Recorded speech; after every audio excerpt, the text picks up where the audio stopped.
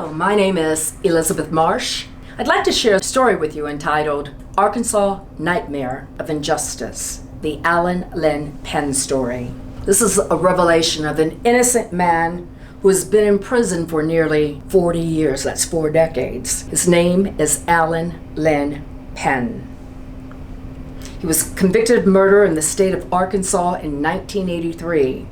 Convicted without DNA, gunshot residue, trace metal, a gun, and fingerprints. That night, within hours of the crime occurring, he was not even chosen from a lineup. Penn vehemently denies participation in or knowledge of the crime that led to murder.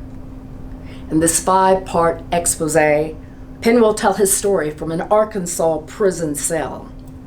These are the cries of an innocent black man kidnapped nearly 40 years ago.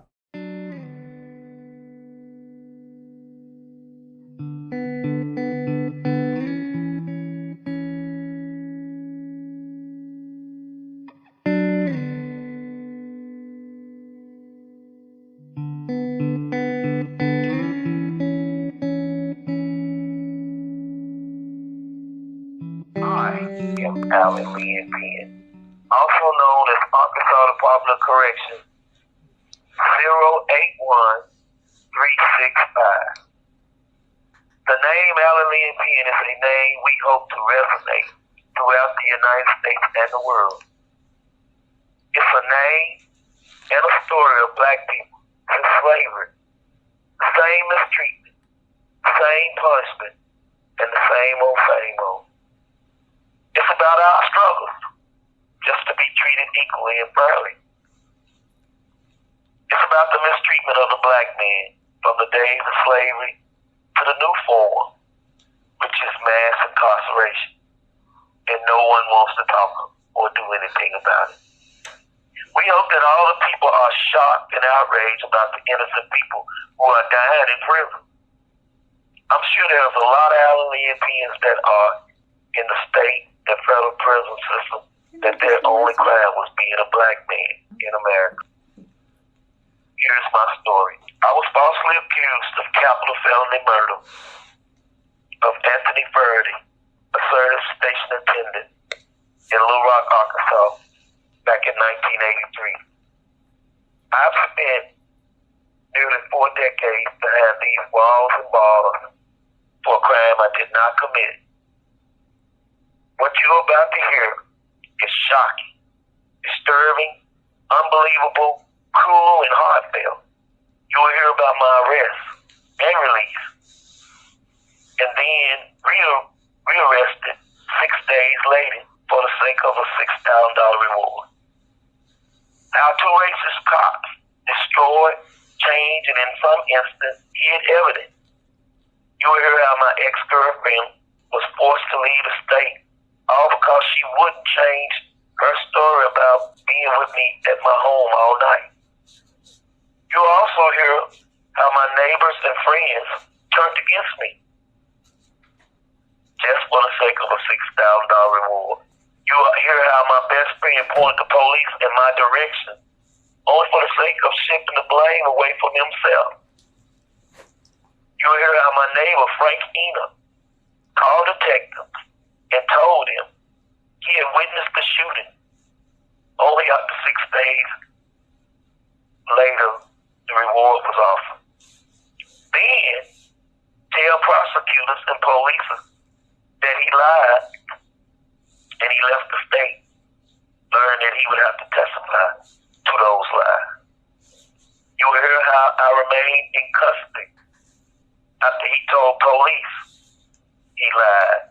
14 days without any evidence against me. How on the day I was arrested, I passed every test that was placed on me. First, I was checked for powder burn. I was given a physical. I was tested for traces of metal, and finally placed in a lineup. This being only a few hours after the crime was committed. You'll also hear how the bloody glass that Officer Staley Beal found came up missing. How the robber left his fingerprints all over the place, and none watch me, even the ones at the broken window. My jury never knew how important those prints really were. They never heard the location or if they was good or partial prints. How my only defense was alibi, and my state court attorney did very little to prove that fact.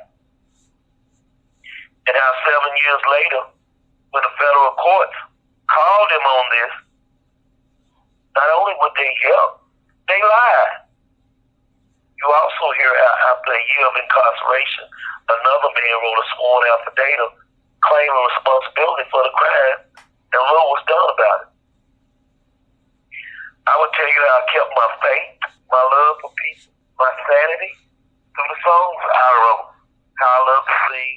I once sung in a church, and there wasn't a dry eye in there.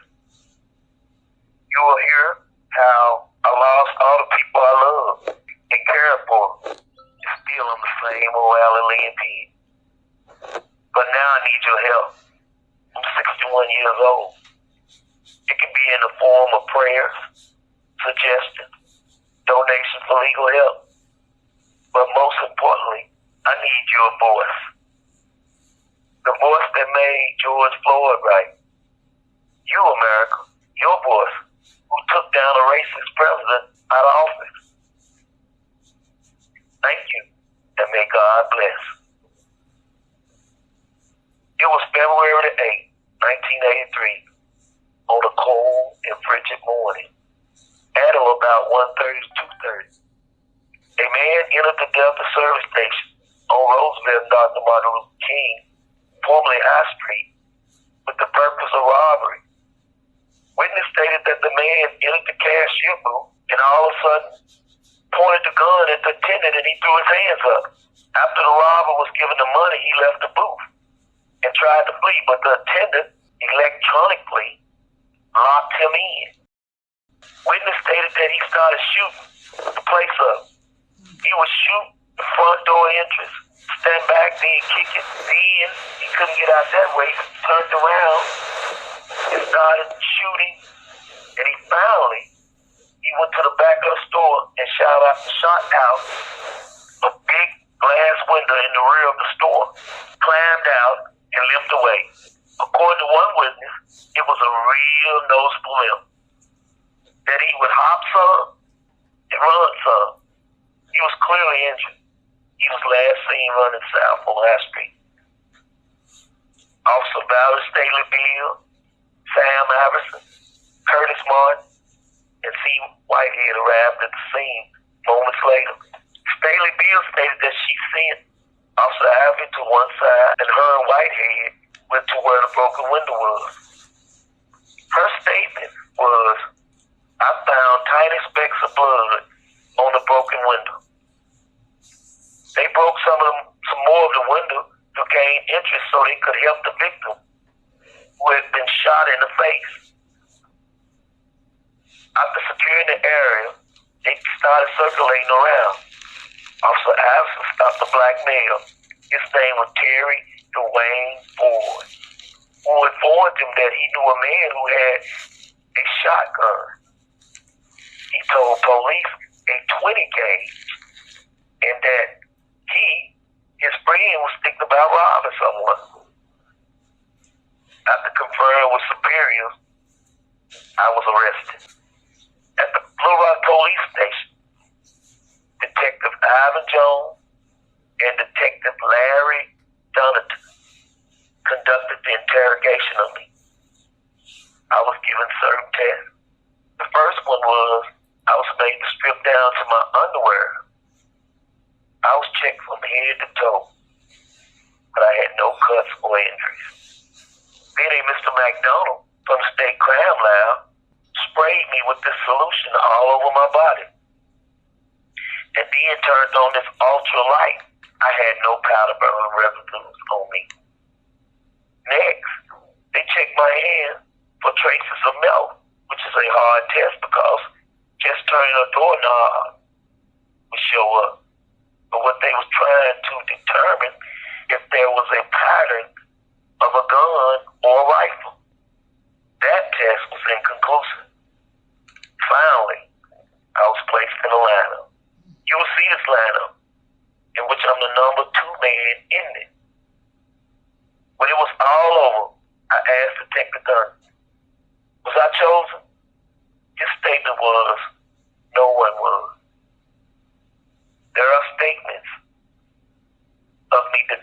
any knowledge of the robbery that morning.